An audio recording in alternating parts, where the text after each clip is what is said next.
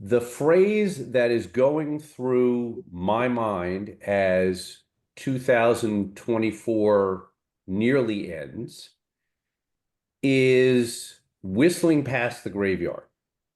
That is truly what I see. It's more what I feel, to be honest, and you can't invest on how you feel, but been doing this long enough, almost 4 decades, that that you get things that kind of rhyme with, sound like, remind you of.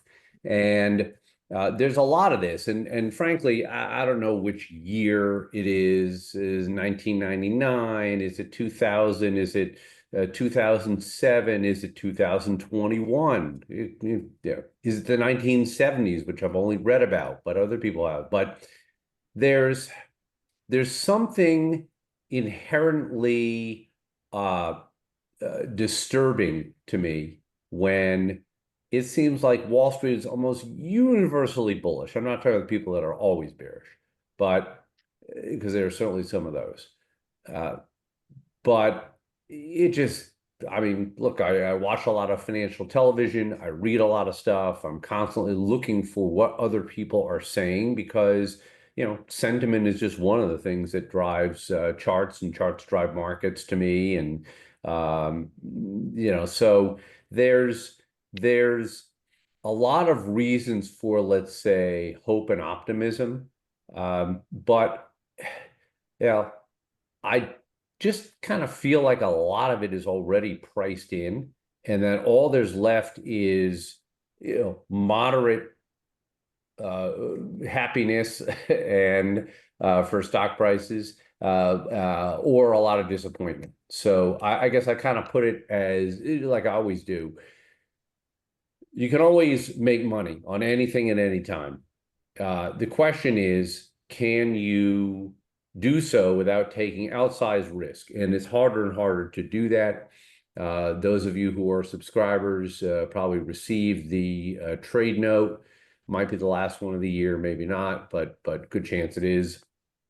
Uh, I had 40 stocks in the portfolio at the beginning of this year. I should say, late April, early May, when we officially started the YARP product. Uh, I have 10 now. Sold off 4 today, down to 10. Doesn't mean I won't get back up, but I have to tell you, I'm not going to throw good money after bad. And and one of the things that I'll show you in a few minutes is just how many stocks, particularly dividend stocks, is what I'm talking about. Anything that pays, let's say, from 2% up, and is generally a mid to large cap company, US based. Slim pickings, slim pickings. Doesn't mean they can all rally and the market can't get, happy again, but it's difficult. So what do you do in that environment? Well, you look around, you don't push it, and you take what the market gives you. And let me give you a good example. This is something I just kind of whipped up. I'll probably write an article for Seeking Alpha later this week where I talk about the continued plight of dividend stocks. So it looked to me that the turn started pretty much the day before Thanksgiving. That's what this is. And I don't know, maybe to some people it's not that big a deal. But when I see things like, declines of generally, let's say, 5 to 7% and this is, including dividend. Okay, mostly, paid a dividend in December. But look, this is the 80 highest yielders in the S&P, yielding 4.33. So it's a good benchmark for how higher yielding stocks are doing. And, it's a pretty rough month. Maybe just a one-off, but maybe it's the beginning of something. The markets in general, to close the year. The Dow I kind of put into this group. And let's see. I mean, 5% off the all-time high. I'd be happy to go piling in, but right now, I like me some cash. I like me some T-bills, and I'm not exiting the market entirely because that's not really my game. I'm not that smart that I can figure out when to be totally in and totally out. But on the curve, if you will, of being fully invested with no hedges and uh, basically trying to make money in a down market. I'm a little closer to the latter. The Roar score is has been up in the 40 range. It's a good chance of some downward bias. I'll make a final call on that for tomorrow morning's report, but good chance of downward bias for that. The other thing that's going on is that interest rates are creeping up in one part of the curve, and let me see if I can find that. There it is. Okay, this is an awesome place to go, by the way. Is U.S. Treasury Yield Curve.com. I'm there are times like in 2022 and 23 when the Fed was raising where I was on this thing every day. Always checking to see. And I'm always looking at it from a different angle. I'll continue to bring it to you in calls like this. So the nice thing about this is, yeah, it'll always plot you where things are now. So the blue is the current yield curve. And just 4 weeks ago, we were in the red. And I had to do a double take here to say, wait a minute, what year did I put in here? No, it's only 4 weeks ago. Okay. That's a fairly dramatic change in the yield curve. And I know that, in the case of the move, it's not like they moved 3-4%, but remember the Fed started lowering rates not too long ago. And since that time, all the long end of the curve is gone up. You can look at it and hover over it here, but okay, so a 5-year bond a month ago was at 405. Now it's at 445. These are obviously all treasuries. The 10-year, the one that people watch most closely, it's a benchmark for so many things. 418 to 462. And when you go all the way out here, it actually looks like the 20-year is higher than the 30-year. They've all moved up a bit. And yeah, the short end has come down, which you would expect after the Fed has started to reduce rates after hiking 11 times. They've cut a couple of times now. But I look at it this way. I'm very meat and potatoes about a lot of this stuff. Okay. I'm looking at this and saying, hey, wait a minute, 4% is way down here. Well, a month ago, the curve was above 4%. Here, I'll show you another little tool here. Okay. You just click on that, it gets rid of it. Now we just look at the current curve.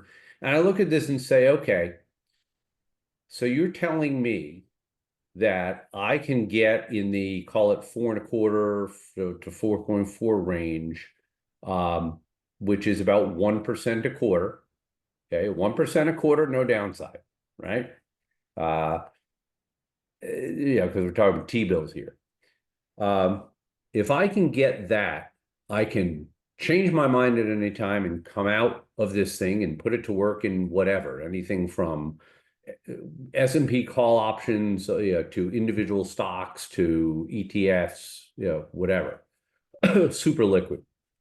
And I can get this kind of 1% a quarter, no risk. And it gives me a chance to sit back and see what the first 1, 2, 3 months of 2025 brings us. Sign me up. Sign me up. And that's why the cash position, and I actually just added this, BIL is the symbol, but I added that to the portfolio today. I've owned it a lot over the years, but it's one of my go-tos. And effectively, half of the SunGard New York portfolio now is in maybe not half, but it's getting there, over 40%, is effectively in cash equivalent type stuff. Now, on the other end of it, I have put in call options on the S&P 500 So if the market spikes up to start the year, terrific. If it crashes to start the year, that's okay too, because either way, I'm covered. It's the stuff in the middle that's so difficult.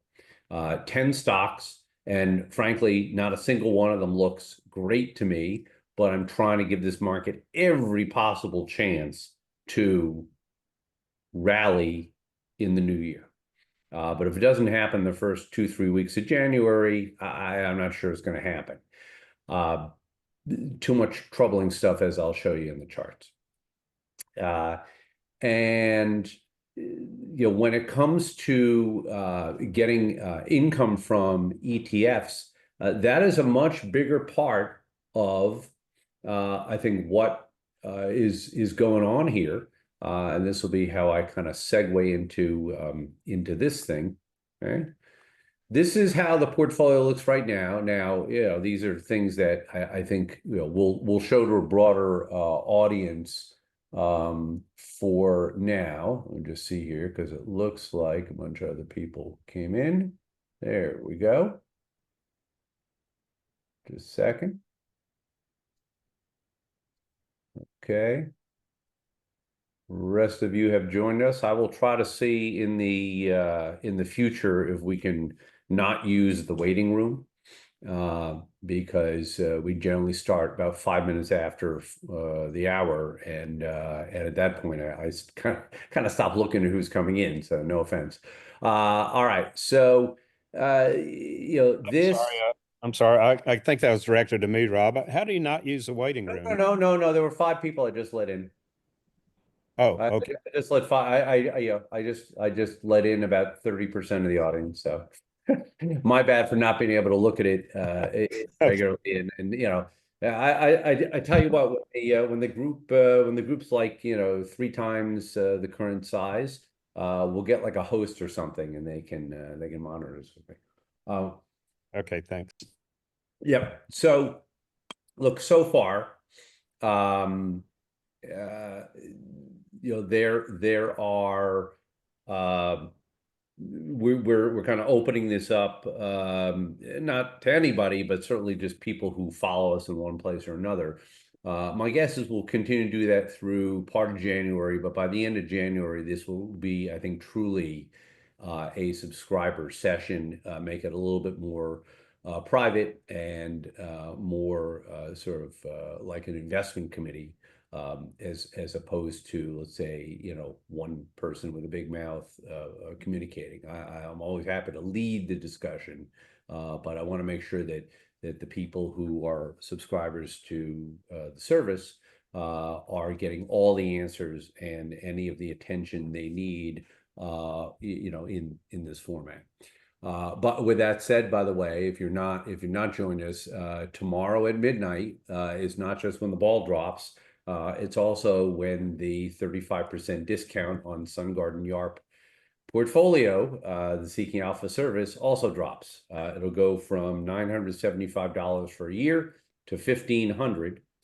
There are no foreseeable plans to offer another sale. We're not that type.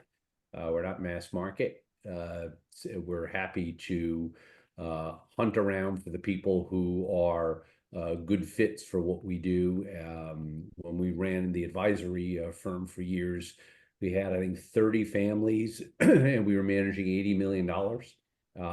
So it wasn't, we weren't trying to, grow the thing to, 600 families or something, and lose track of everything. Anyhow, so this is where things stand now as of the trades that I just made this afternoon. And look, these are very different numbers than we saw before, but this might just be a little more of the format for 2025. Unless something dramatically changes, I don't know if I'm going to own more than 10 stocks. I don't know if I'll even own 10 stocks.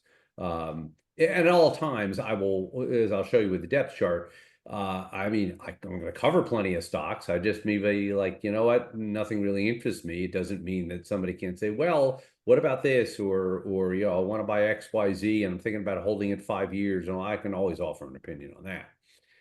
In fact, I'm going to be doing an article of Seeking Alpha this week, which is really me digging deep and putting my one of my favorite hats on. And when you have hair like me, you like hats. Um, a contrarian long-term set of stocks. I don't know how many I'll find, maybe seven, eight, maybe 10. But there's some interesting ones out there, but boy, it's going to take some patience. And if I can figure out a way to slot that into here, maybe with an ongoing hedge, something like that, I will, because there just may not be a lot to choose from here. So right now, 22% of the portfolio is in stocks. There are 10 left. They're all 2% positions except for one. That is a stock that goes ex-dividend tomorrow, and then it will be up for grabs like the rest of them. We'll see in the new year. Again, I'm going to give the market every chance possible to show me that what I'm seeing in the charts that concerns me is nothing to be concerned with. So income ETFs are the driver, no question. This is a mix of the Yield Max ETFs and a wide range of others. Look, I mean, if we roll for a lot of this year with 10 stocks and 10 ETFs and they're just kind of, sell one buy one kind of thing, nice and tight, gets the job done. And all I really care about, the older I get and the more I say this, I just want to get the job done. No style points around here. We have no offensive ETFs yet because I'm not seeing any path to playing more offense than I already am with the stocks and some of these Yield Max ETFs, which are kind of equity, with covered call writing essentially. And no outright defensive ETFs. So I'm getting close, as you'll see. And this would be something where I would buy, let's say, an inverse ETF, something that shorts the Dow, the S&P, the NASDAQ, the Russell 2000, even things like high yield bonds, okay? There was nothing better than the ETF that performed opposite of high yield bonds when we have a credit crisis. Think about it. High yield is getting crushed. These are lower graded bonds. They're falling as fast as equities, and their fear strikes the market. There's actually an ETF that shorts all that. Not bad, not bad. So there's lots of ways. And then we still have the options pairing, the put and call on the S&P 500. They've been battling it out since purchase to see which one is going to burst out. And right now, neither of them has really burst out in a big way just yet. But I think with the maturity or the expiration date of both being February 21st of next year, if the first 3-4 weeks of January are fireworks in either direction, I think the folks who have followed me with that long combination, what do you call it? A long combination option pairing, the put and call on the same thing, the same expiration date, etc. You'll see one direction or the other. If the market moves sharply, doesn't matter which direction, one of those things should go flying, and we'll see. We'll see. All right. So, and just a little bit of cash to close the year. All right. I'm going to stop there for a second because I see we have some stuff in the chat, but I want to go through the depth chart and let me see if there's anything in there. Okay.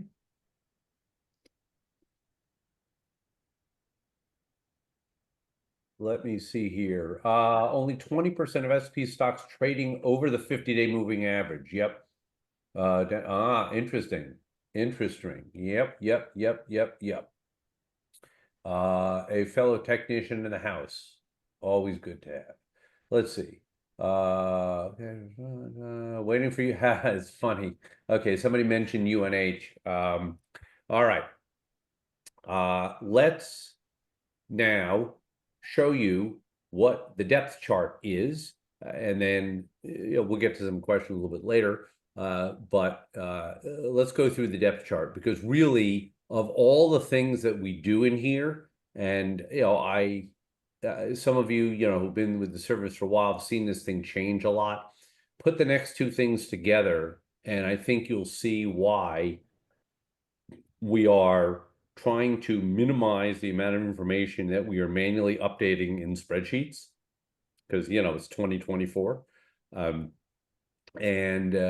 when it comes to stuff like this, I think it's the best format. But for reporting on the portfolio itself, as opposed to, let's call it the research deck, uh, uh, yeah, I think there's better ways to do it, and I'm going to show you that way in just a minute.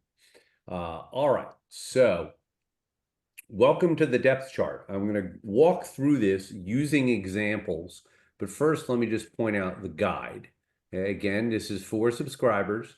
If there's anything that justifies, a little under $1,000 a year, soon to be $1,500 a year after New Year's Eve, it would probably be this because this is dynamic.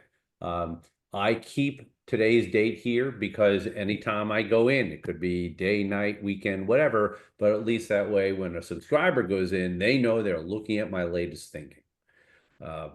Because if I haven't changed it, it means that, my thinking hasn't changed. All right, so remember how I think of ratings and how I think of investing in general. It's a combination of two things. One, can it go up? Anything can go up. If it really looks like it can go up a lot, that's better. But it can always go up. But the bigger issue to me is how much risk of major loss is attached to trying to make that money. I do not fault anybody for going into this year and saying, hey, the NASDAQ did so well, I'm going to buy, this Mag 7 stock and that one. And, oh, look at this, I have an oil stock I love, or, a consumer stock. This one's doing great. Consumer spending, blah, blah, blah. Great. Fantastic. But ultimately, I'm a chartist. And what the charts say to me is always upside. But then the question is, how high is risk? And right now, as you will see, it is extraordinarily high. I would even say historically high. That does not mean for 1 second that the market's going to fall to start next year or at all next year. It just means that if it does, you can't say the market didn't warn us. And that's really what I think a lot of my technical analysis and my asset allocation is about. So you will see these colors and these ratings. And really, I think from feedback, subscriber feedback over the last several months in particular, rather than do anything other than this, this is, I think, the best way to express it, okay? All people really want to know, I think, from me is, well, like, what do you think of it, and not buy, sell, hold, okay? I think that's a lot of wasted breath. Because it doesn't mean anything. How much of it do you own, and are you close to selling it, or do you not own it and you're close to buying it? I mean, there's all kinds of different ways you can twist that around. So I just bottom line it to simple English and positioning. If it's held in the portfolio and I don't think I'm going to sell it the next 14 days, you'll see green. If it is in the portfolio, but I think there's at least a possibility that I'll sell it the next 14 days, I call that not a stable holding, but a weak holding.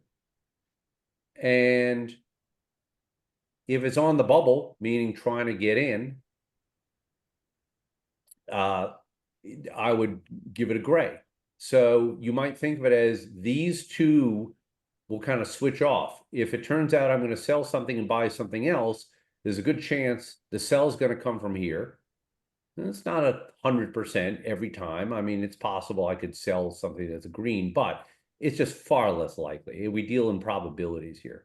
So you could see things moving up from the gray. And of course, if it moves up from the gray and I just bought it, it's going to go into green.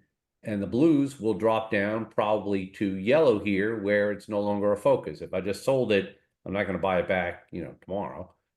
So that's that. And if just generally speaking, I'm like, don't really have. I think I mentioned this before. Warren Buffett talks about having an in tray, an out tray, and a too tough. Well, I guess this would be the in tray. This would be the in tray, but maybe sliding out of it. This is the one that is about to get dropped into the in tray, maybe.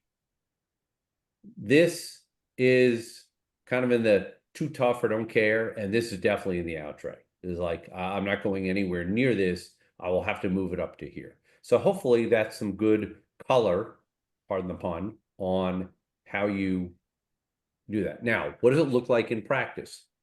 And I'll take all the feedback I can get on this. This works for me in the format we have it in right now. And yeah, since it's a spreadsheet, we have plenty of expansion room to the right here to do some other things. But let me show you what's in there now. So the first thing you should probably notice, because I have sorted this, okay? And maybe I should resort it because I have one change in there. There we go. All right, so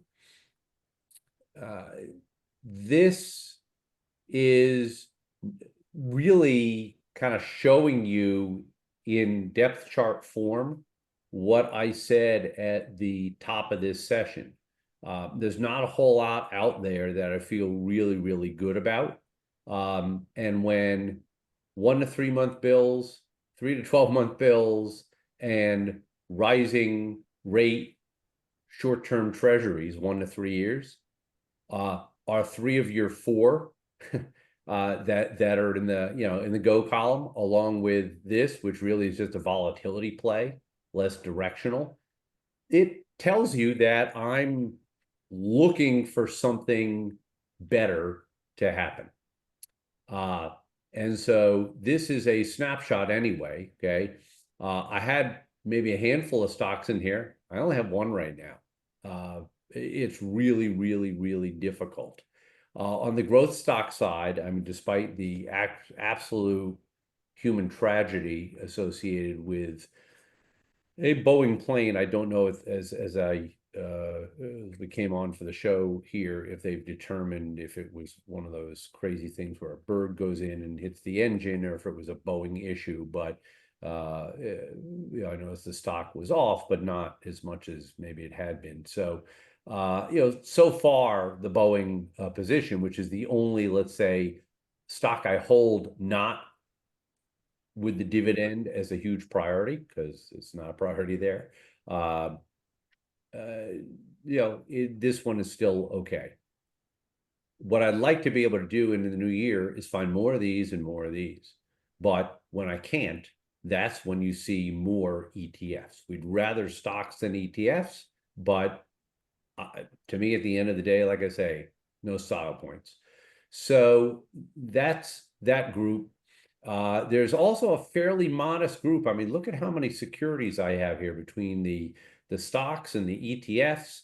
I got 137 names in here, and only 20 out of the 137 are are in the portfolio. And really, if you include the ones on the bubble, so the first 3 categories here would be, owns it, Rob owns it, or he's starting to consider it seriously. That's 28 out of 137. That's 20%, 1 out of 5. That's maybe not the lowest number I've seen, but it's far from the highest. A healthier market, I'd want to see all the way down to here, maybe halfway through at least, but we're just not there. And this, by the way, on its own is its own kind of indicator to me. I look back at the end and I add it up and I say, okay, well, slim pickings. So anyway, these are the next group. And again, thin here, I will point out, and again, I don't own these, okay? I don't own them in Sun Garden York portfolio or in the core portfolio, which is all ETFs. However, let's take a look. You can get a little bit of an inkling from what I'm thinking about doing. It's going to take a little more. Okay, this is what I would call looking like a good setup. Okay, it looks possible that bonds could continue to, rates could continue to go up at the long end. If they do, shorting the long bond, that's what this does, and very simply in ETF form. That is single inverse Russell 2000 small cap. That is single inverse Dow. Again, I haven't done anything yet, at least this time around, but in the past, what I've done is I have hedged a group of, let's call it Dow-like stocks, and I think most of my remaining positions are Dow members. I am a Dow friendly type. One way to hedge that, in addition to S&P put options, is directly, a little more directly, through something that looks a little bit like that basket. And this Dow looks more like the stocks I tend to own than does inverse S&P or certainly NASDAQ because of the dividend component. Let's see, other stuff I'm looking at. I mean, Pfizer, I can show you the chart if you like. Somebody asked about United Healthcare. I'll show you what I see there. Yeah, oil, maybe, but this is really early stage. And then, there's a lot in yellow. The fact that there's so much in yellow really just means, I mean, that's a byproduct of, I only want to look in so many places at one time. And there's some pretty bad stuff in here too, a lot of REITs, things like that. And I'm happy to show you any examples using the charts. But I started working on this today. You can see this is when the notes are. So this is the newest feature of the depth chart. And it's called, I mean, we're really fancy with our names here. I call this column Rob's Notes. And the idea is to try to be as tight as possible. If this is longer than a tweet, then I'm doing something wrong and I'm not explaining it carefully enough. It's just bottom line. And by the way, it's really just looking at the chart. It's not talking to the positioning here because these ratings over here speak for themselves. However, what you will see is that I started going through, I haven't covered them all yet, but I will. I'm going to get a baseline here as of today for every security that we follow. And as we add new securities that we follow, stocks or ETFs, I'll make sure I get like an initial note in there. I mean, look, a month from now, 5 or 10 of these might change, or maybe 50 of them will change. Not sure. Obviously, if it's staying in this kind of yellow category or down here, I don't have to tell you, I didn't like it then and I don't like it now. I'm not going to waste your time with that.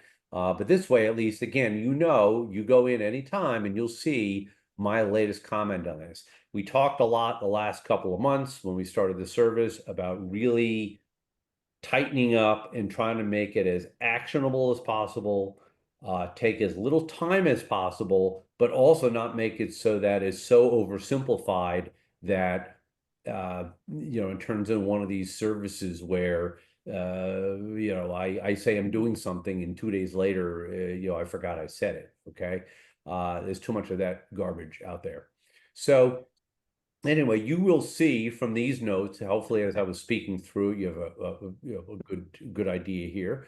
Sometimes I'll mention the proprietary YARP ratio that we have. Sometimes I will maybe tip my hand a little bit. Again, I'm not guaranteeing I'm going to sell Bristol, but I notice it does go X. So I'm kind of giving it until that time. And I can show you that in a chart if you like. Subscribers, I encourage you to do it. A couple other things, by the way. I try to put a little humor in here if I can. My only comment for Nike was just don't do it because it's very much a yellow. For this one, which is a triple net lease REIT, I mean, it just looks awful, awful, awful. I couldn't think of anything. The first thing that came to my mind, yuck, just yuck. There's nothing else I can say about it. I use this when I kind of have nothing to say because it's in the middle of nowhere. I just call it no man's land. The other thing that I highlighted in some of these, and I'll continue to, I was going to do a whole report on this, but I think we'll see it in some of the stuff I'm about to show you with the report. So here's a good example. Okay. I mean, I will say when I look back at my own performance in 2024, the best trades I made were ones like this. I wasn't in Snap-on for very well. You might say I snapped on and I snapped out of it. Um, Bought it, I think, in October. Hoped I was going to hold it for like years. I hope that with everything, but too much technical trouble, market rolling over. Sold some at 370, 357. Can't remember offhand what my buy-in price was, but somewhere in the 350s. And now all of a sudden, a very short amount of time later, here it is at 341. And honestly, if I showed you the charts, like I'm not saying that because I'm going to try to game every 5%, 10% move in every stock every time, but these things may just be starting their downward run. And there's a lot of that. I mean, here's another good example. Okay. Yeah, bought it at 106, sold it at 90. Okay, ouch. All right. But it kept dropping to 80. Just so much of that going on. And this is what I do. I look at things, lots of stocks, lots of ETFs, sectors, etc. I look at the alternatives to them. And if I just can't find anything that looks like the coast is clear, what other conclusion can I reach? Then risk is high. Doesn't mean things won't take off to start the year, but if they do, it's kind of like when I go to the horse track and um, you know the favorite doesn't win, a 10-1 shot comes in and wins. It happens, but would I expect it's going to happen? Less likely than so. Okay, let me stop there with the depth chart. See if there are any specific questions on the depth chart, and then we'll talk about this guy, which is the snowball, and then I'll take your questions, then we'll finish up. Anything specifically on this? Got a couple here, so I will. Okay.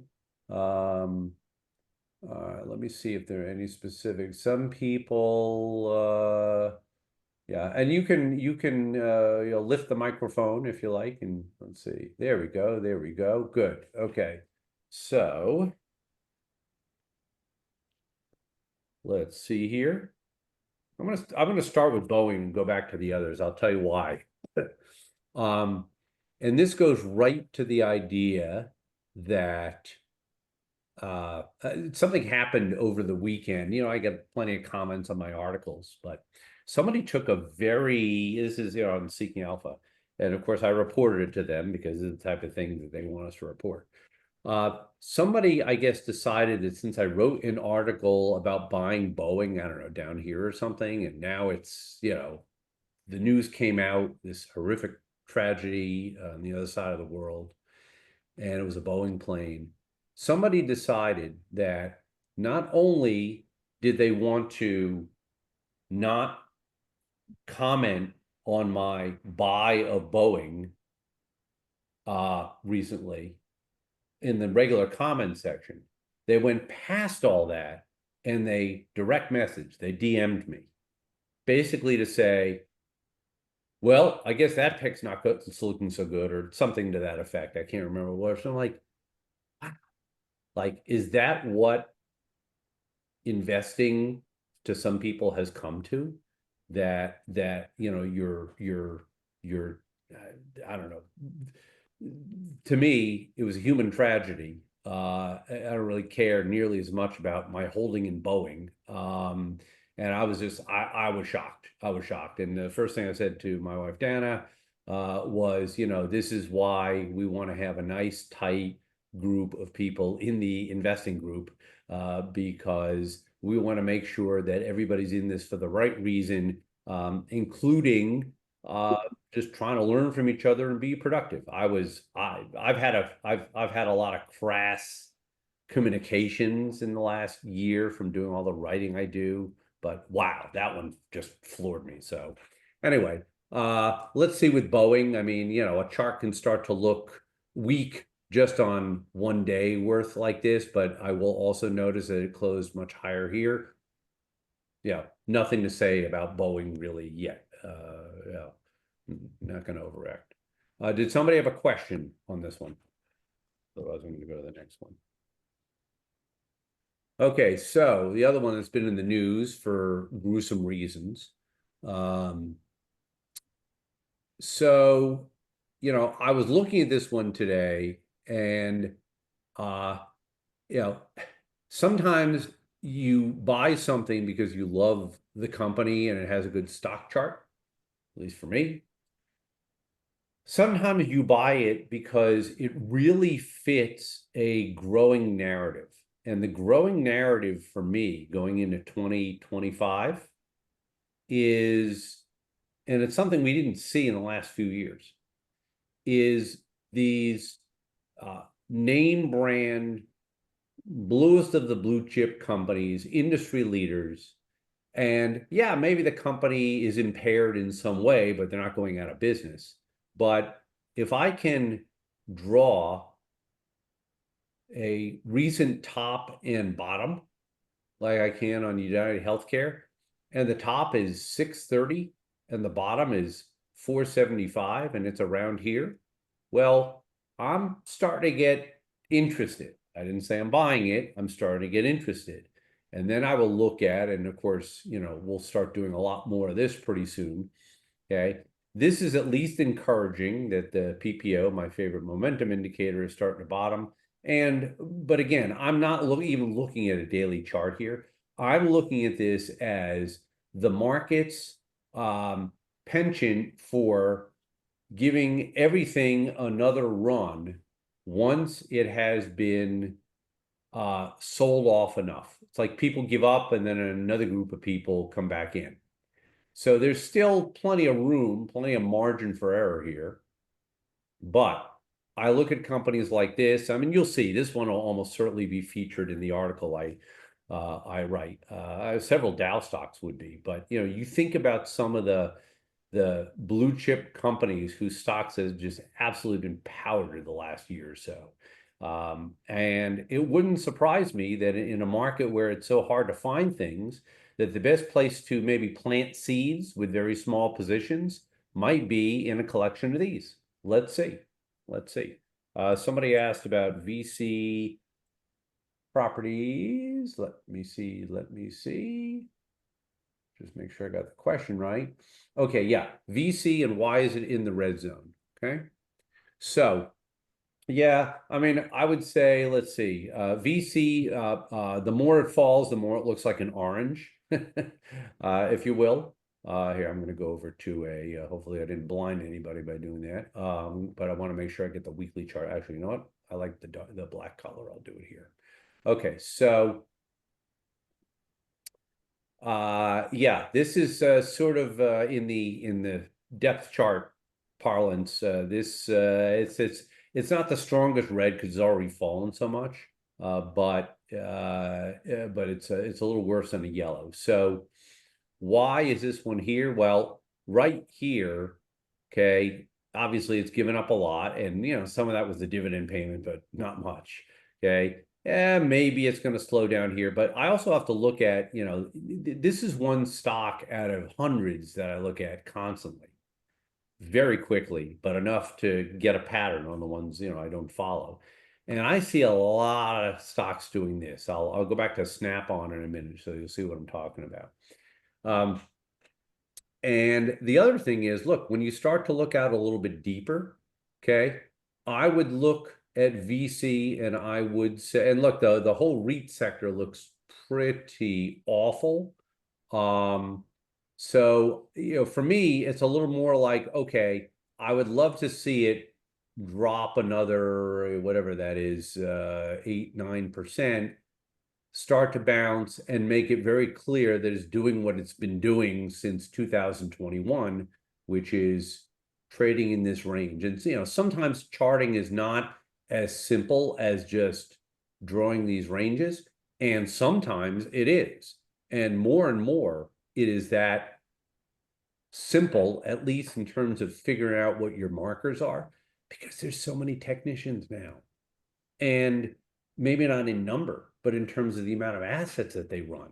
So I feel fortunate that my dad taught me this stuff when I was 16 because 44 years later, uh, it's more valuable than ever. That's why I'm such a big fan of it. Not just because I've used it for so long, because the market is starting to, if you will, catch up to, my dad who's been gone for 12 years and started charting, I don't know, 60 years ago or something.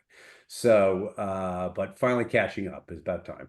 So anyway, this is not a good look anytime the weekly breaks through here from positive to negative.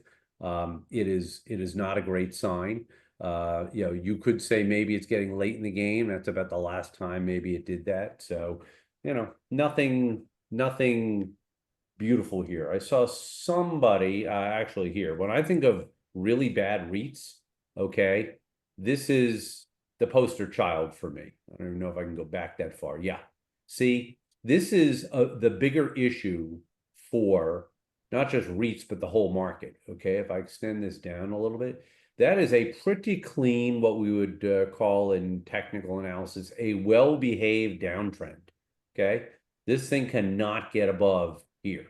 So if I owned it, I'd love to see it rally to here, but I wouldn't be planning on keeping it long term unless it broke through there.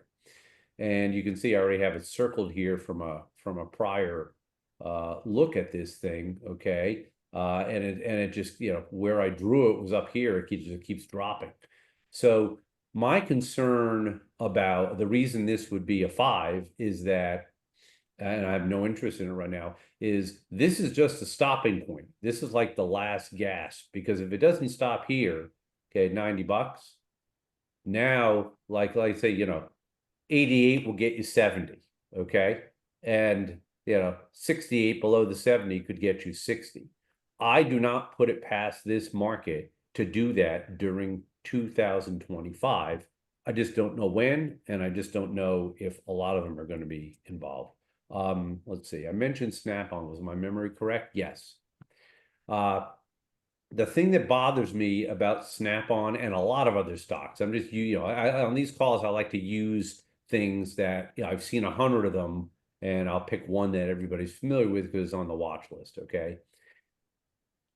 Again, having done this so long, okay, when you see momentum on this daily falling, and then you don't maybe, since you don't watch this maybe like I do, but you see like, oh, it looks like it may be bottoming here. Okay, I'd have to really blow it up to see it, but you can see it was starting to show signs, and then it just goes right back over. Okay. Like a slinky. Okay. And maybe we'll call it a slinky pattern. So that's just not a good look. It doesn't mean that it can't snap right back. Maybe this is all just light end of year volume stuff and whatever. But then, you look at on the weekly, and the weekly is saying,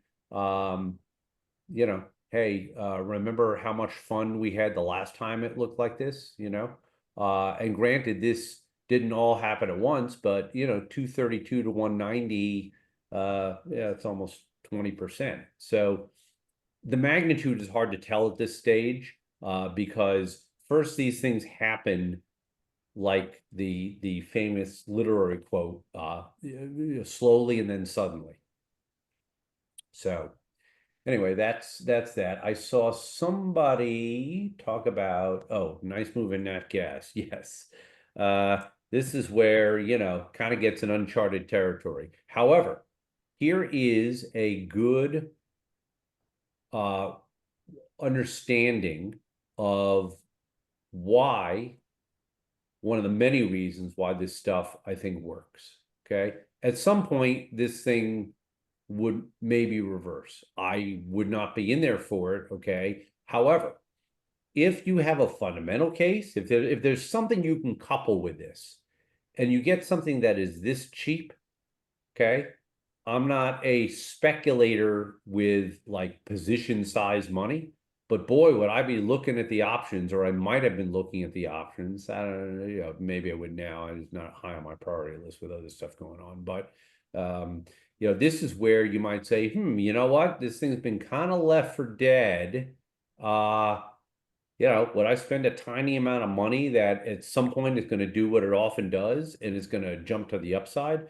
The thing I often will do that with options or with some of the ETFs that track it is the VIX, because the VIX has this habit of going from nowhere to somewhere. And when it does, and yeah, let's see. It's hard to see over here, but okay. I saw something weird brewing in early 2020. Okay. I honestly did not know yet that it was a pandemic. I just saw the market look weak. It didn't matter to me what the reason was. And so I started accumulating a small position in this extremely volatile ETF that owns the VIX, uh, long, it's long VIX futures, and not the intermediate term, like a couple months out, the shortest ones. So this thing is almost like owning a put option. Okay. And so you kind of like with a put option, you invest 1%. I'm figuring I might lose 1%. I might lose the whole thing. So it's very small position size, but boy, does it pay off. Okay. When you go through it, and I'm happy to say, I'm sure I have the receipts, but I owned it when this happened. It went up 4 times in a couple of weeks. And so that's why I say, this is what I call taking big shots with small amounts of money. And in 2025, if things play out the way I discussed at the top here, top of the show, I'll be looking around for opportunities like that. It could be on the upside or it could be on the downside. And that's kind of what those put and call options are on the S&P. Let's see, I think we had one more, then I'll open it back again. Yes. Let's see. How much do you weigh? PE, ratios, book multiples, etc. Okay, so and I'm glad you asked, because yeah, I'm a technician, but I don't dismiss all the other stuff. Let's see. It's funny because we kind of carved a lot of this stuff out of the depth chart. It used to be here, but I found that people weren't really using a lot of that deep dive stuff. So a better way to do it probably is just to pull up my Seeking Alpha. So just bear with me a second. Okay, let's find that. This ought to do. Okay, so this is my very own watch list and my own view. Seeking Alpha, by the way, this is one of the reasons I really like it. When they asked me to run the investing group, I was like, how fast can I say yes? Because I use these tools, not being a fundamentalist. I don't want to chart in isolation. And I have been investing obviously professionally for a long time. And even though I'm not a balance sheet income state deep dive type, it doesn't mean that I don't seek out good counsel, if you will, almost like having a virtual analyst. And I love the quant grades and the factor grades for that. So I look at a lot of these. You can deep dive on any of this stuff. So, if I want to go into the profitability grade, I can see, go in here. Honestly, other people can do much better work with this than I can. All I want to know is I'm not going to, notice here I just sorted this. If it's below a B profitability, then somebody knows something better than I do, and I'm not going to try to fight the tape, if you will, and try to buy low quality businesses, at least for the main YARP portfolio. I might buy it for a trade. I might consider it as a very long-term contrarian type thing, but that's it. So I look for high profitability, and you can see how they define that. The second most important thing I look for is dividend safety, because these are dividend stocks. And but with that said, and I don't know if I look at their ratings, but I don't automatically sour if the dividend safety rating is lousy here, which several of these are, because I have a second source for this. And if you want to know who he is, I just interviewed him for the Seeking Alpha Investing Experts podcast last week. It came out, I think, a few days ago.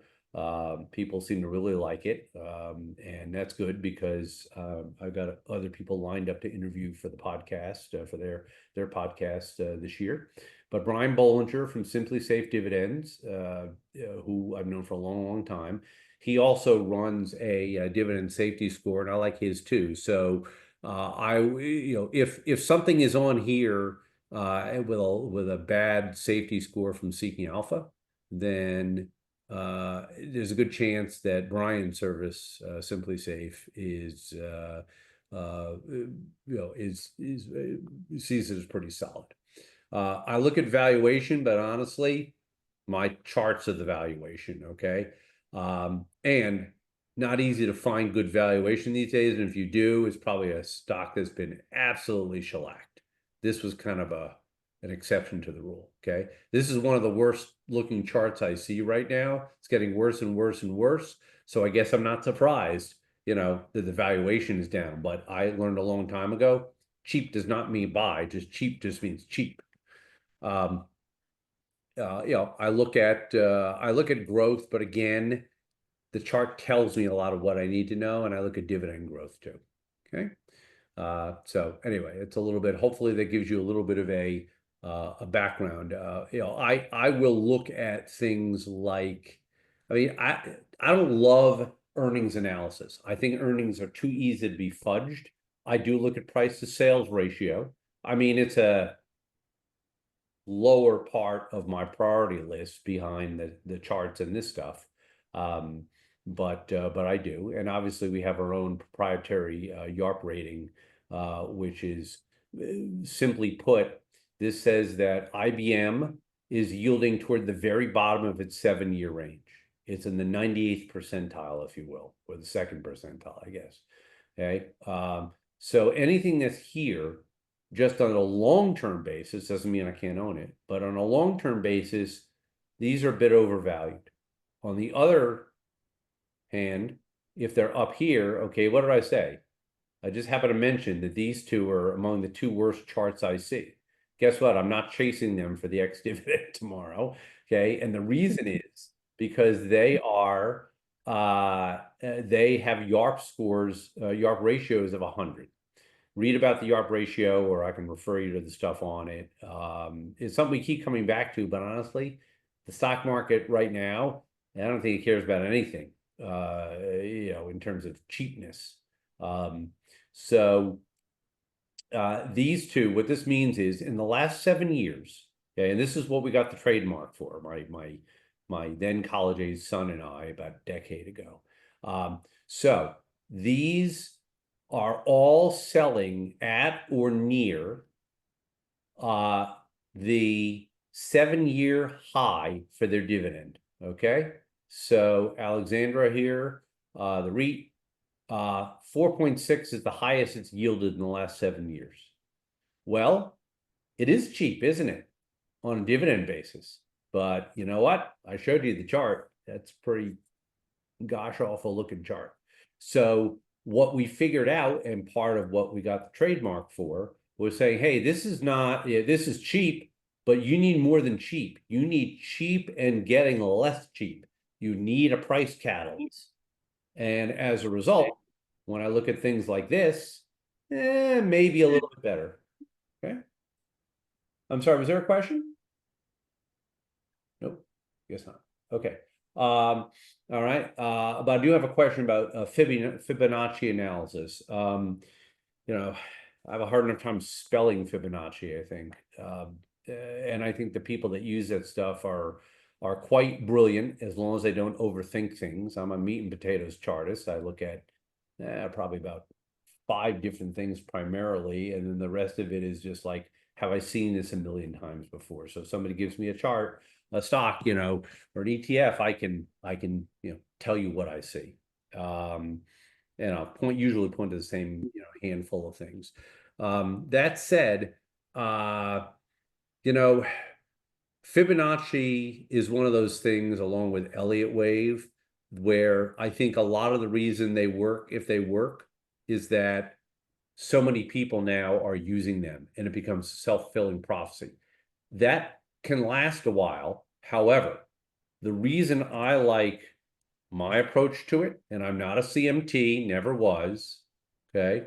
I didn't even notice the lousy clothes here, but we were getting on for this at 4 o'clock. But uh, you know, I when it comes to charting, what I like best about what I do and what I've done for decades is that I've yet to meet anybody that does it very much like I do. There are things in common, but honestly, not a lot. Not a lot. And as a result, that makes me think that if I execute correctly and consistently, and I prioritize risk management over trying to make the most amount of money, uh, if I do all that, then I've got a good chance to be successful. And it doesn't matter what the market environment is. And the last proof of concept was uh, February, March of 2020. Market fell 33%, and I'm happy to say I was up a little over 2%. Now, I was chicken blank for the rest of the year and probably should have made more out of that year. But the point is, the long-term track record is bending and not breaking, and then trying to get fair share of the ups. In the last couple of years, I think I've done a lot better job of that, and hopefully people will piggyback on that research as much as they like, not necessarily following everything I do.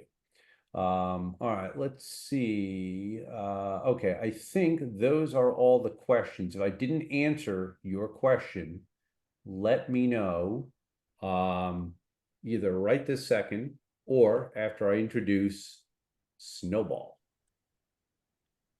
Rob, can I ask real quick? Yeah, go ahead. What happened to the sector rotation ROAR portfolio? I didn't see it in the deck this week. Did you drop it? You may not have any positions in any of the sector ETFs, but are you no longer doing the top four no. best sectors? Okay. Yeah. I know. I'm so glad that you mentioned that. Okay, because I meant to cover this too. All right. So, then again, for those of you who are new, okay, this has been kind of a work in progress. If it's green, it's probably staying. If it's red, it's probably about to go. You'll see in a minute why we're getting rid of this. Okay. And a lot of the stuff we probably don't. You know, I was concerned that we were throwing too much non-actionable information at people. So here, let me go to what you are talking about. Okay. So, yeah, I'm also trying to get rid of some redundancy. So first, let me answer the specific question, which is there was something else here. Okay.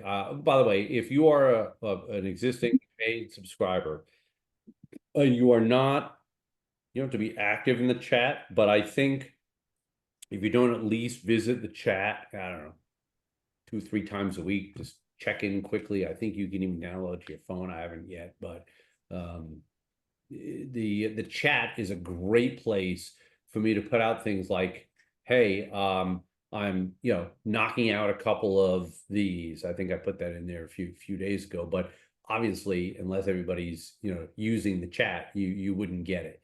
I'm trying to avoid sending out so many blogs because it's a bit more of an effort, and it usually requires that you go and you write a little bit more. So I'm going to try to use the chat for a lot of this stuff, especially because look, if the markets are anything like I'm thinking they could be in the first quarter, that chat room could actually save us and make us all a lot of money just by having a fluid place to communicate, because when markets get raucous, especially the downside, time compresses extremely quickly.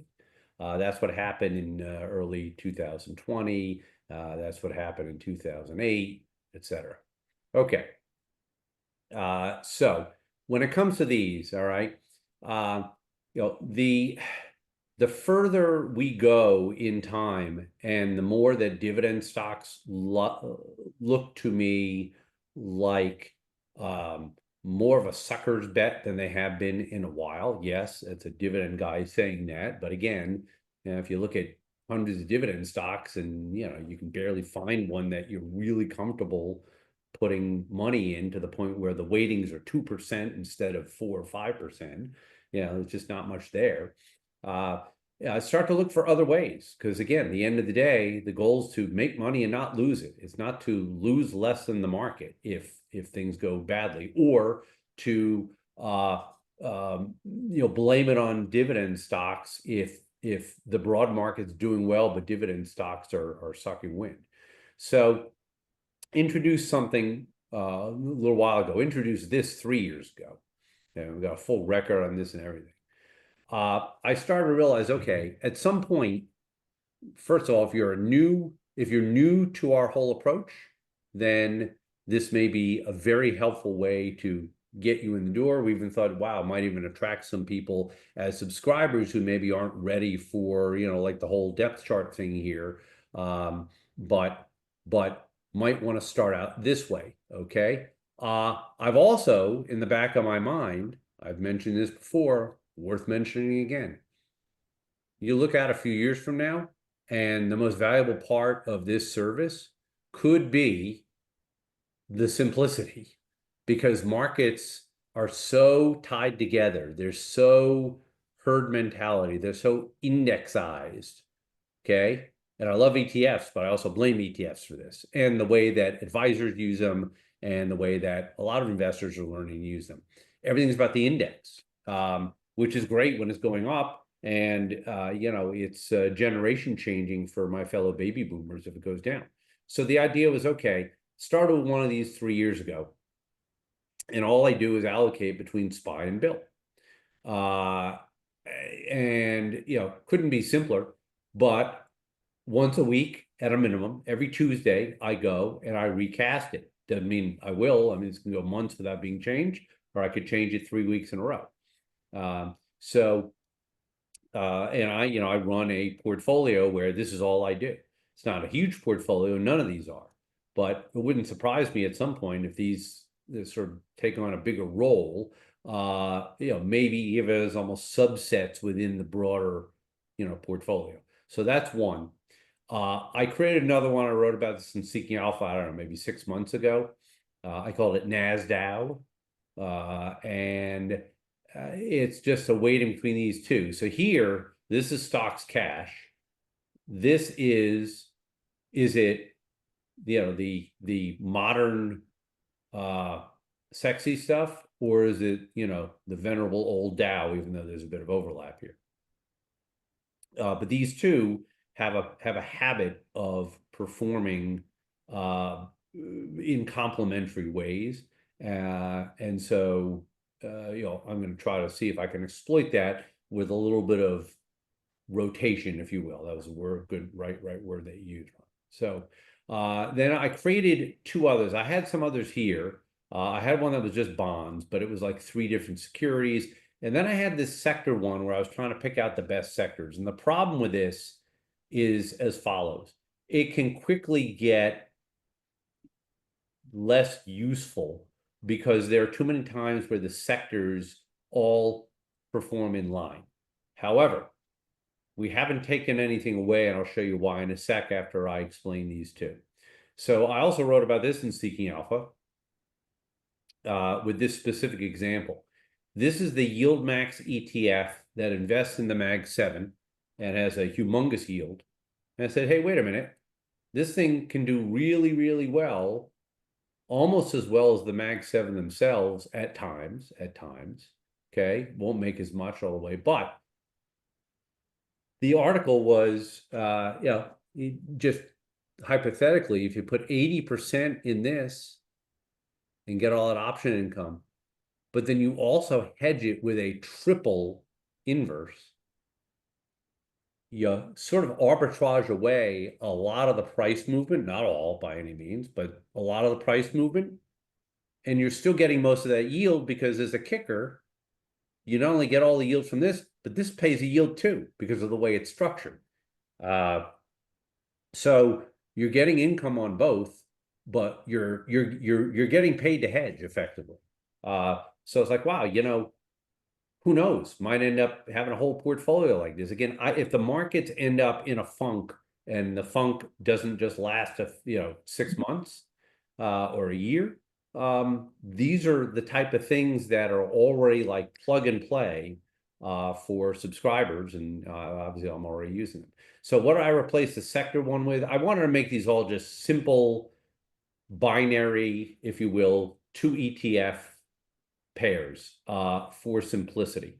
I'll get back to the sectors in a second. And like I said here, blue chip size matters. Well, this is the top 50. So whereas this one is, you know, your NASDAQ set favorites, and the Dow is an offset. It's long. This is long cash. This is long only. This is long covered call hedge and triple inverse. So you could say I'm using two quirky new types of ETFs. And here, this is the top 50. Okay. So when the biggest stocks are doing well, this is going to outperform the S&P. When the average stock or the equal weighted, then the S&P, you know, might do a little bit better. And that's why I have this hedge here. So this is a size hedge. I will almost certainly do a paper of sorts on this in the coming weeks. Okay, now, why have we not left anything out? Because if we go over here and we look at growth ETFs, right here, forget that you see this one because alphabetically it fits in with the rest. But here are your sectors, everything except for XLG. These are the 11 sectors of the S&P 500. So if you want to know which of the 4 sectors I like the best, the answer is none of them, at least for now. And that's the problem. When the market behaves like this, they all start to run together. And again, it's an issue with the way the indexes are constructed. Of the 11 S&P sectors, only one of them, this one, industrials, only one of them is not heavily weighted to 2 or 3 or 4 stocks. And as a result, a couple of stocks go the wrong way, and you know, it screws it up for the whole thing. Yeah. So hopefully everybody has, and look, I mean, if enough people say, hey, we really want you to do, you know, sort of the sector thing more, I have some more good news for you, which is, here we go. Okay. Like I said, we can add all this. Okay. I used to do something like this. I took it down because, again, you know, sometimes things die, you know, because of lack of interest. Okay. But you see all these here? This is like a subset of my watch list. Okay. I don't constantly look at the sector stuff to buy. I almost never buy the S&P itself. Maybe I'll buy put and call options on it. But a lot of the stuff is here because they're good market indicators. So, you know, it's the long bond and the small caps and all the sectors, and here's Bitcoin, et cetera, and the Mag 7. So I'm going to put the finishing touches on this list, probably end up with 20, 25 of these. And what I'm looking to do as part of this Tuesday package that we update, and with Seeking Alpha's permission, I'm trying to get them to allow me to just write a regular premium article every week or two about this. But if you want to say, hey, what's your market view, Rob? Well, I can break it down and I can talk about the S&P 500, or I can break it down another couple of levels to very familiar areas. Like, well, nope, small caps don't look very good because that's an inverse. Nothing looks that interesting here. I mean, look, there's really nothing. Nothing looks interesting, but what looks particularly poor are things like dividend stocks and the basic materials and, you know, the other income stocks here. So I can I can develop an ongoing sort of, at the point of attack macro outline, which will make it easier for people because not everybody wants to dive into this. All right. Yeah, somebody mentioned VXX, VXX, same thing, very soon. Yep. And there's a question here about SQQQ. Yes, cannot be held for long periods of time. If I'm holding it for long periods of time, then I'm not following my own advice. And that is also why I think what you're referring to is, let me see here. Okay. Absolutely correct. However, keep in mind that this is formally reviewed once a week. And any other time when, things are getting wild. Now, so the way I see it, if we're in a market like the one we've had, if I had been doing this over the last year, the SQQQ position might have been 1 or 2%, might have been 5%, maybe 10%. And so, yeah, it would be hedging only against a catastrophic sudden down move in the market, primarily the NASDAQ. So yeah, I get it for sure. That is all accounted for. And I haven't even talked about if you're going to do this, let's say decide I was going to do it once a month. Well, when I ran a little back test on this, I assumed monthly rebalancing.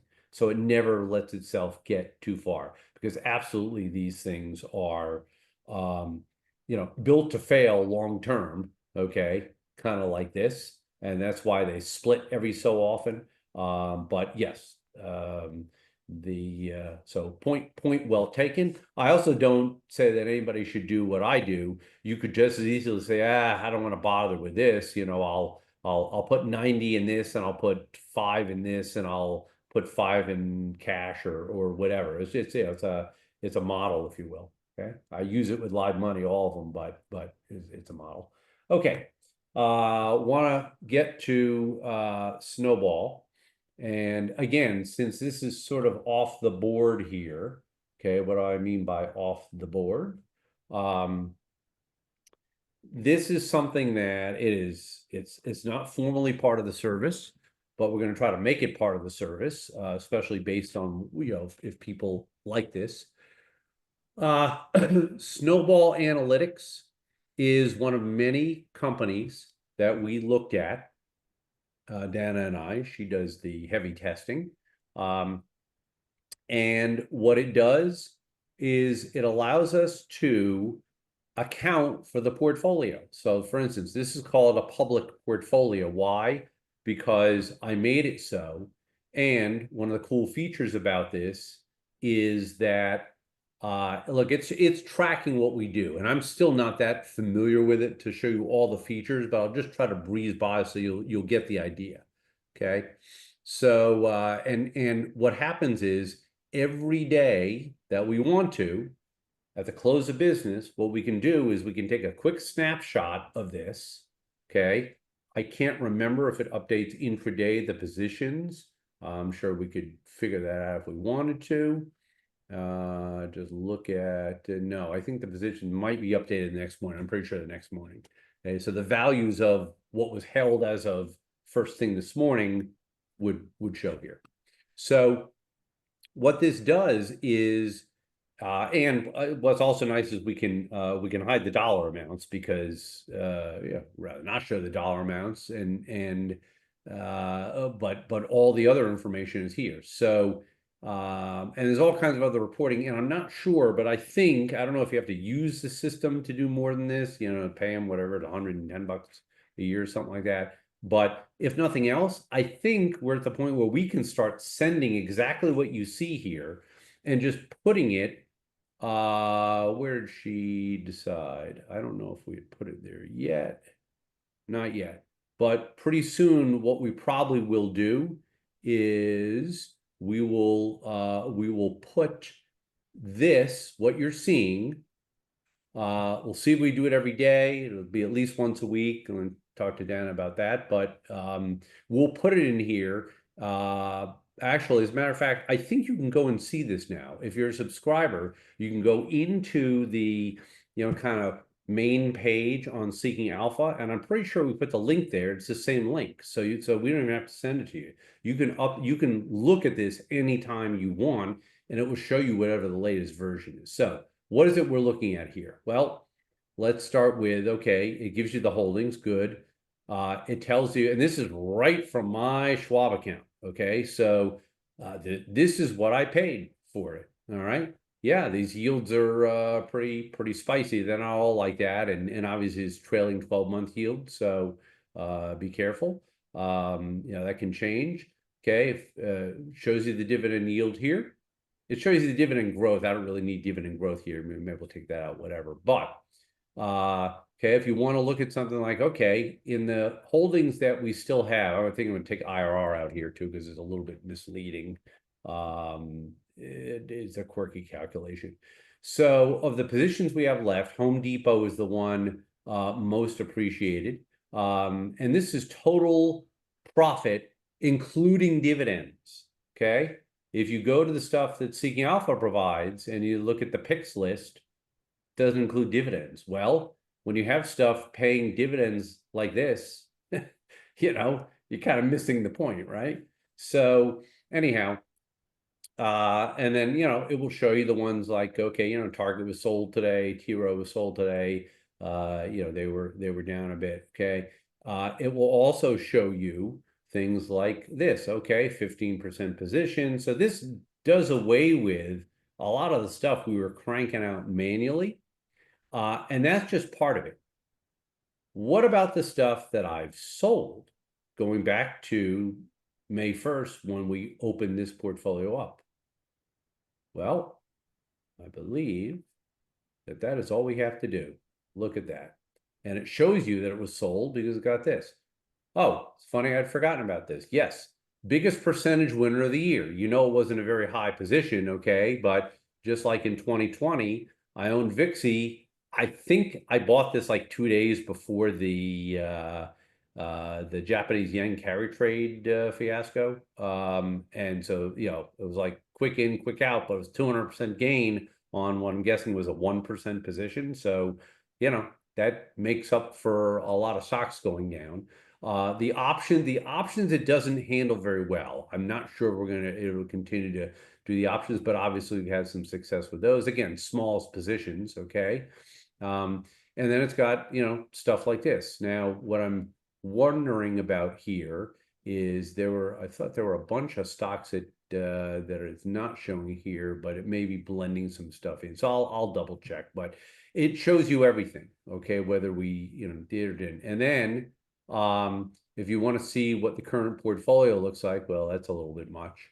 Okay. The sector's fine, although a lot of it's funds, so it's a little bit misleading. But if you want to look at it this way, oh, okay. Yeah. Again, what does it classify as the stocks is maybe a little bit less, yeah, this may be more trouble than it's worth. We'll see. With this part of it, okay? But it also will do things like give you the portfolio value. And granted, S&P is not our benchmark per se, but I'm pretty sure that once you have this in your hands, which you already do, then you can literally put in any benchmark. Okay, like this is really the official benchmark of the YARP portfolio. It's a 40% stock, 60% bond index. Symbol AOM is the iShare that tracks it. And you can see, I mean, this is literally my portfolio that I use for YARP. So I think it's fair to say nothing is hidden here. Okay.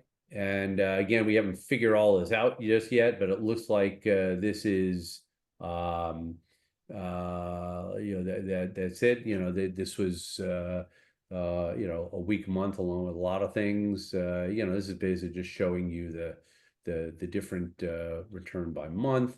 Okay, this is kind of neat. Again, we gotta kind of get our arms around this thing. Okay, but you know, of the current holdings, Home Depot, you know, up 9%, and that's a nice little graphic. If we want to view the details, you can look at that. So it's yeah, there's a million little widgets to this thing. Oops.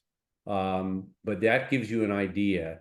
And so if you are one of the folks who is a subscriber, the fact that we are putting that out, dare I say, whether it's that or the depth chart, or simply the learning about charting, I'd say right there are the three things that I would say, wow, tell your friends.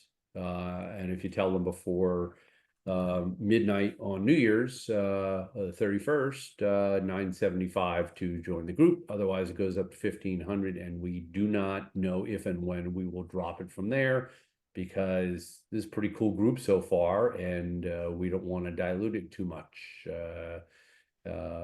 So anyhow, that's that. The last thing I will show you before we take any final questions and leave is this, because kind of finishing where I started, this is troublesome. This is a really bad look for a chart. And on a weekly, this is also not very good, but it's not really in play yet. But so what I'm going to look for going into the new year is this for real? Is this just, you know, late in the year kind of stuff, or is it for real? And the problem I am seeing is that things like the equal weighted S&P already ahead of it. Okay, matter of fact, let me go back here. Okay, you see this? Okay, has not broken into negative momentum, but the same stocks weighted equally have. I have seen this before. It's not foolproof, because none of this stuff is. Okay, but you know, look, I mean, the last time we saw it was in late 23, and it was, you know, this kind of thing, had a little recovery, but ultimately, you know, this was RSP going from 156 to 133 at 15%. So I don't like, I see too many of these you know, hanging chads, as we used to say here in Florida, that to make me comfortable. All right. Okay, so any questions before New Year's Eve? Oh, and somebody mentioned Snowball has a New Year's discount, 30% off. Great. 35% on ours for a couple more days, and then them. They do a lot of discounts. We don't. All right. Any other questions? If not, thanks to those of you who stayed with us. Anybody? All right. Yeah. Go ahead. Yeah, I had a question about the way we're handling options. I was looking at the calls that we have on the SPY, and that's down for me. It'd be different for everybody depending on when they bought and stuff, but that's down for me like 82%. And I was wondering if you ever, when you get a situation where that's kind of bouncing back and forth and gradually losing time value and getting close, somewhat close to expiration, do you ever reconsider moving those options closer so that it's more, so the SPY wouldn't have to move quite as far to actually start showing a profit? Absolutely, positively. And it has everything to do with, okay, so there's a few things in play here. That is actually an awesome question. I don't mean that the way people normally say, oh, that's a great question, like, you know, they're required to do it on an interview or something. Okay, so this is where the puts are struck, and way up here somewhere is where the calls are struck. Oh. Okay. Close enough for government work. All right. Good. Okay, so, and we're in the middle here. Okay. And actually here, I'll do this so we can see it a little bit more, just because, you know, things have been kind of jumpy. All right. So this is where we've been. There's a few factors at play here. One is these don't expire until, pretty cool how you can do that. These don't expire till like way out here. Okay, I mean way out. It's 7 weeks, 2/21 of next year. So that's one thing. The puts and the calls have taken turns being profitable. I think they've both been profitable at some point since I bought them. 80% seems like a lot, but it's not when especially on the put side. I mean, we're getting closer. Okay. Now, were you talking about, are you saying the calls are down 80%? Yes, they're down 80% for me, 80, Okay. 82. So let me introduce you to Rob Isbit's sacrificial lamb theory. Okay. That that is where I buy the two as a pair with the idea that if the market goes nowhere, I'm going to have to do something within a month or so of expiration, but we still have time. If the market goes nowhere, because then you get caught in between, and the puts and the calls are in danger of going worthless. One way I control that is I don't put a lot of the portfolio into it, but still, if it's 1% of the portfolio, and I do that, every 4 months, it's 3%. I'd rather not go 0 for 3%. But two things happen. Well, let's see. One thing that helps on the upside, okay, is obviously the price goes up. On the downside, I think two things can happen. If this thing becomes more of a dip, so this is one I'm really focused on, it's the puts right now. The closer you get to 570, first of all, it also means that volatility is going up. Volatility helps the options prices. It may even help the calls a little bit. I've seen that before, but marginally. So what I'm looking for when I do something like that is I'm kind of squeezing both sides against the middle, and the ultimate goal, I should say, what I'm expecting, or when I do that, is that between now and, in this case, 2/21 of next year, one of two things is going to happen. The market's going to vault higher, I don't know, 7 to 10%, or fall lower 7 to 10%. Because in that case, one of these options is going to make at least a little money, if not a lot of money. The first goal is to get the money back. But if they both expire worthless and the rest of the portfolio is doing well, doesn't matter to me personally. Because they're there as a hedge. They're there as a hedge against a crash. Okay. And they're also a hedge against owning a portfolio of dividend stocks and nothing but the big S&P stocks go up instead. That's why it's there. I may even use NASDAQ at some point with this or some other stuff, but for now I'm keeping it simple with S&P. So, one of two things, one of the two will hopefully offset the cost of the other. If I bought 0.5% of the portfolio in each, then my goal would be that one of them will double. And if the other gets cut in half, at least I can start up again, with the same amount of money. But the amount of money I put into those, that long combination call put option pairing, has everything to do with how volatile I think things will be over the time. Okay. If we're sitting here today and I were doing it here, I'd say, okay, based on the way things are going, let's see how the year starts. But, if nothing happens for a while, I might quickly just go all the way out to June or July. Because, also, look, if the market, you can only make money once on the puts usually before you have to take a break.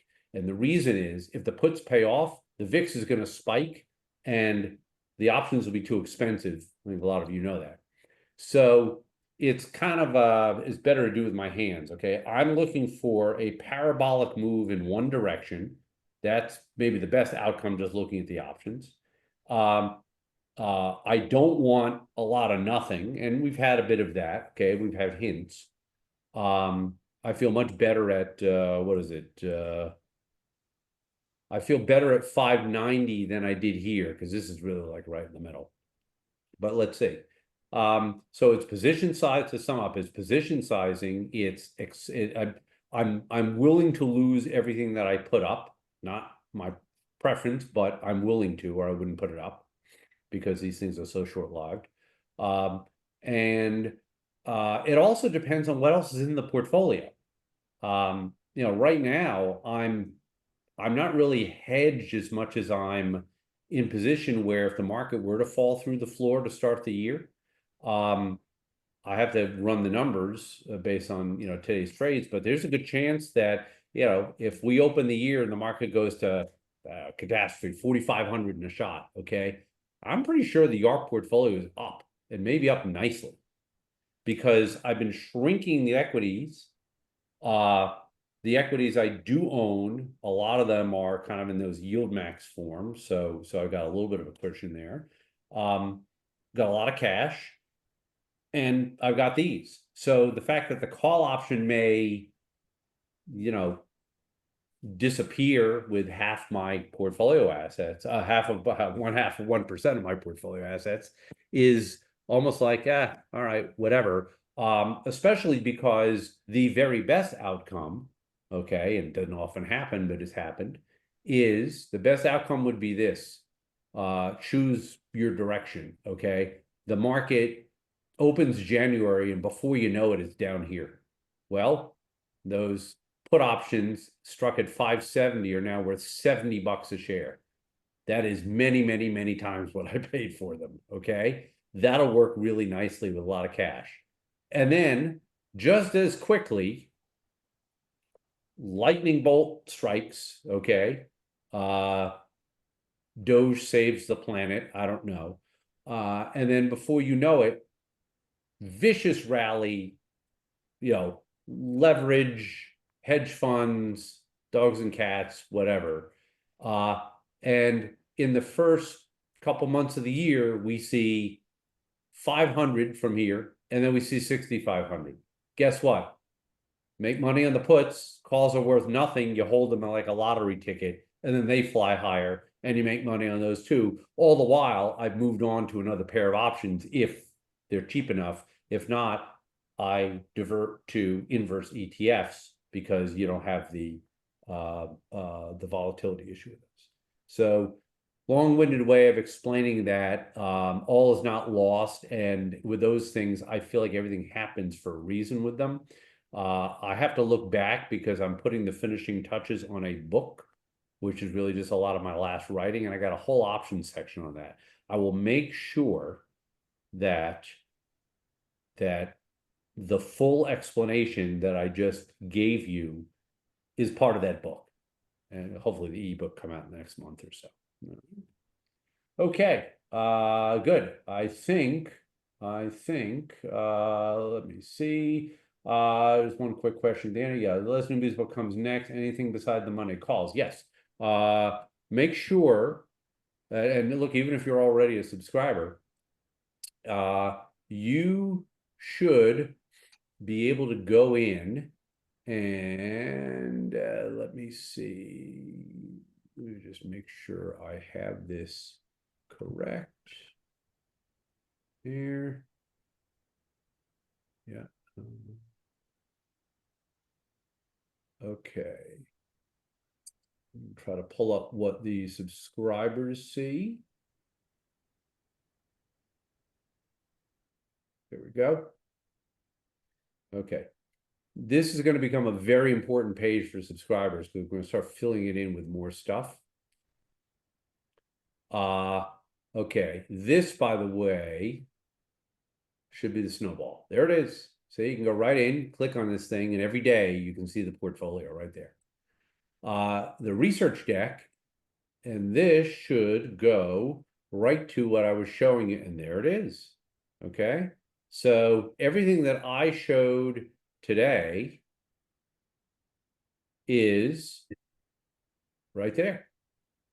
All right, so these are the two places. The other things that, of course, will happen is when I make a trade, I send out a trade note, you get those. When I blog about something, I do that. And again, the chat. Maybe we'll put together a little bit of a, kind of a friendly reminder of all the touch points, if you will, that Seeking Alpha and we have set up. All right, any other questions, options? Let's see, I didn't see any options in the YARP portfolio. Yeah, Sun, or they said they would never support options. I actually begged them to offer some kind of support for it, but they said they didn't intend to do it. Got it. Okay. So, the good news is that we will continue to, since you can't get it there, and again, we've been trying to figure out, okay, let me see. Yeah, we need to update this guy. But we'll make sure, again, we can get rid of all this stuff on the right here because now you can see all that. But simply keeping this and the weighting, that's easy. That's really easy. So we'll make sure that people always know. And again, I mean, the weighting changes these constantly, but you'll always know what I own instead of just having to go back to the trade alerts and say, okay, what did he do and when, all that stuff. Yeah, Snowball's no good with it. We tried putting the options in manually, boy, it screwed up everything. So anyway, all right. Good. Well, I had one more real quick question about sure. the Zoom call itself. I signed up for all of them, I thought, and I expected to get a reminder on the day, but that did not happen. So you should. Oh, We no, we need to sign up every week, it looks like, right? Yeah, they're each considered separate meetings in Zoom. However, what I can do is, I will tell Dana to send a note out that simply says, if you'd like to be on all of them, if you'd like to, let's say, get a standing invite, I bet she can arrange that. And that way, if you don't show up, that's fine. Yeah. Okay. Yeah, maybe what we'll even do is we will because again, in another few weeks, it's only going to be subscribers anyway. So and these things will be a little tighter. But right now we're we're sort of herding a lot of information here to get the year started. But we're there now, as you can see. Okay, thanks. Also meant to tell you that I like your comments on the YARP portfolio thing. That addition there is great. On which? On the great. Oh yes, this thing. Oh, yeah, fantastic. your notes. Fantastic. Yeah, I look, I've been doing stuff like that in my head for decades. I mean, why not do it here? Again, we're trying to make it so it's actionable and that maybe there will be a little sort of tutoring, a little bit of ramp up in the education, but once you're there, it's like, it becomes yours. Your research process to use the way you like. We tried it a lot of ways. So anyway, truly appreciate everybody, especially day before New Year's. And boy, this is long. I really got to keep these things shorter. But thank you all. Everybody have a phenomenal New Year's, and we'll see you in the new year and on Monday, and hopefully in the chat. All right. All Yep. right. Happy New Thanks, Year. Rob. Happy New Year. Thanks, Rob. Happy New Year.